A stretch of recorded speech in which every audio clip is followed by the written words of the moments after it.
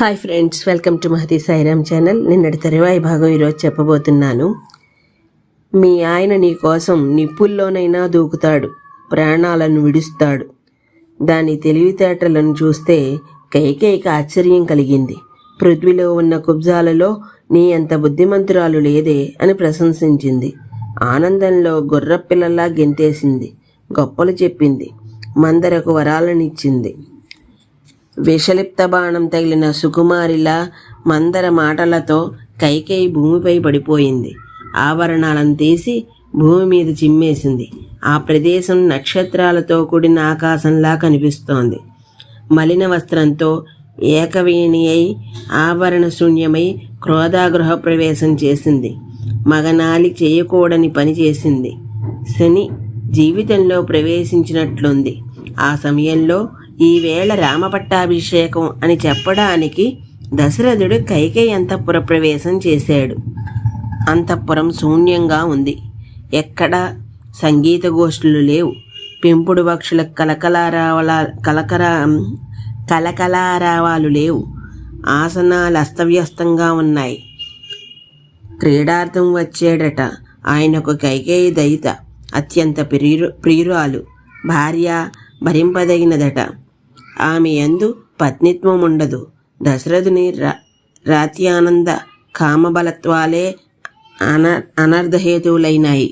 ఆలోచిస్తున్నాడు, నడుస్తున్నాడు. ఇంతలో ప్రతిహారి వచ్చింది. మహారాజా, అమ్మగారికి కోపం వచ్చింది, క్రోధాగారంలో ఉన్నారు. ఆ మాట వింటేనే దశరథుని ఇంద్రియాలు ఘర్ణించేయట. ముఖ్యంగా మనస్సు. దాన్ని అనుసరించి కన్ను, చర్మం. లోపలికి వెళ్ళాడు, చూశాడు. ఎలాంటివాడు, ఎటువంటి దాన్ని చూశాడు? ఆయన వృద్ధుడు, ఆమె యువతి. ఆయన అపాపుడు, ఆమె పాప సంకల్ప. ఆయనకు ఆమె ప్రాణాల కంటే గొప్పది. ఆమెకు ఆయన అట్టివాడు కాదు. ఆమె కేవలము భార్య. ఆయన ఉత్తరగతికి ఈమె ఏ విధంగానూ ఉపకరింపదు. చెట్టు నుండి ఏరిపారవేసిన లతలా ఉంది. భ్రష్టమైన దేవతలా ఉంది. దేవలోకం నుండి జారిన అప్సరసలా ఉంది. ఇది కైకేయి స్థాయి. ఈయన కంగారు పడ్డాడు. బ్రతిమలాట మొదలు పెట్టాడు. నీకేమి దుఃఖం వచ్చింది? నీకేమి శోకం వచ్చింది? జరగని ప్రియమేమిటి? జరిగిన అప్రియమేమిటి? ఏడవకు. చంపకూడని వాడెవడైనా చంపబడాలా? మరణశిక్ష పడిన వాడిని ఎవడైనా విడిపించాలా? దరిద్రుణ్ణి ధనవంతుణ్ణి చేయమంటావా? ధనవంతుణ్ణి దరిద్రుణ్ణి చేయమంటావా? నేను నా సర్వము నీ ఆధీనం కదా, చెప్పు, ఏం చేయమంటావు? దశరథుని యందు అహంకారం పెరిగింది, మమకారం పెరిగింది, కామం పెరిగింది. మనసు వశం తప్పింది. మాటలు జారుతున్నాయి. కైకేయి మనోభావానికి అనుకూలుడవుతున్నాడు. భవిష్యత్తులోని కైకేయి వరాలకు ముందే వాగ్దానం చేస్తున్నాడు. కరిష్యమి తవ ప్రీతిం అని సంకల్ప వాగ్దానం చేస్తున్నాడు. ప్రాచీన దేశాలు, సింధు, సౌరవీర, సౌరాష్ట్ర దేశాలు, దక్షిణాపదం, వంగ, అంగ, మగధ, మత్స్య, కాశీ చివరకు కోసల, అదేనా సమృద్ధిగా అంతా నీ వంతు చేస్తున్నాను. భార్యాకామం అలా మాట్లాడిస్తుంది. భోగవశమైన మనసు అలా అనిపిస్తుంది. కింతు చిత్తం మనుష్యాణం మితిమే మతిహి అని కొడుకుకు ఉపదేశం చేసిన తండ్రి స్థితి ఇది. పలకటం సులువు, ఆచరణ కష్టం. కామిహస్తేన సగృహ్య మూర్ధాం జ్యేష్ఠ శుచిస్మృతాం. కాముకుడు ఆమె జడ పట్టుకుని బ్రతిమలాడుతున్నాడు. ఆవిడ వెకిలిగా నవ్వుతున్నదట. నీకంటే నాకు ప్రియురాలు లేదని నీకు తెలుసు కదా? అవును. అలా తెలియటం వలనే ఈ సంఘర్షణ. కామం వ్యసనమవుతున్నది. నిన్ను క్షణం చూడకపోతే బ్రతుకలేను. నిజం, రామునిపై ఒట్టు, ఇలా అంటున్నాడు. ఆవిడ సంతోషిస్తోంది. చూడండి, ఈయన నాకు వరమిస్తున్నాడు. అగ్ని పురోగములైన 33 దేవతలారా వినండి. ఎవరి 33? వీళ్ళే 33 కోట్ల దేవతలు. కోటి శబ్దం సమూహవాచకం. అష్టవసువులు, ఏకాదశ రుద్రులు, ద్వాదశాదిత్యులు, అశ్విని దేవతలిద్దరూ ఈ 33 సాక్షిగా పెట్టింది. వినండంది. పెద్దగా చెప్పడం మొదలుపెట్టింది. ఏమని? చంద్రాదిత్యులు, నభస్సులు, గ్రహాలు, రాత్రి పగలు, దిశలు, గంధర్వ రాక్షసాదులతో కూడిన ఈ జగత్తు, అందున ఈ పృథ్వీని రాత్రి సంచరించే భూతాలు, గృహదేవతలు, ఇవి కాక ఇంకా ఏవైతే ఉన్నాయో అవన్నీను ఇలా సాక్షులను ఏర్పాటు చేసింది.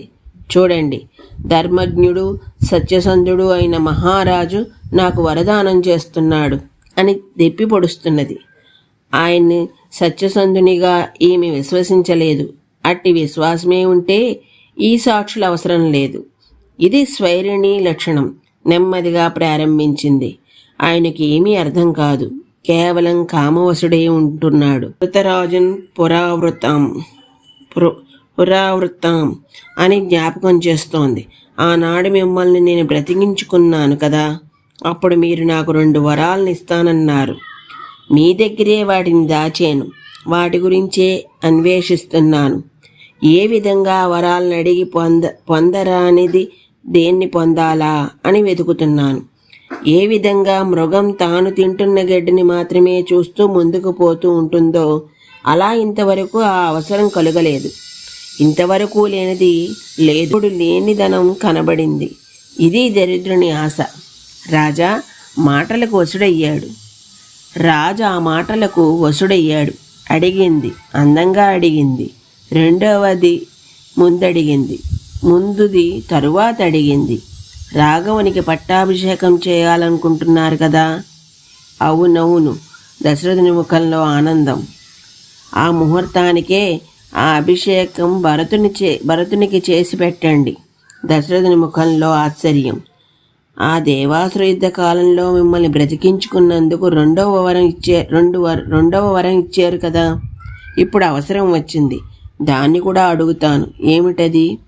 నారబట్టలతో, లేడి చర్మాలతో, జటాధరణతో తాపసుడై రాముడు 9, మరొక్క 5, కేవలం 14 సంవత్సరాల దండకారణ్యవాసం చేసి రావాలి. ఎందుకు 14?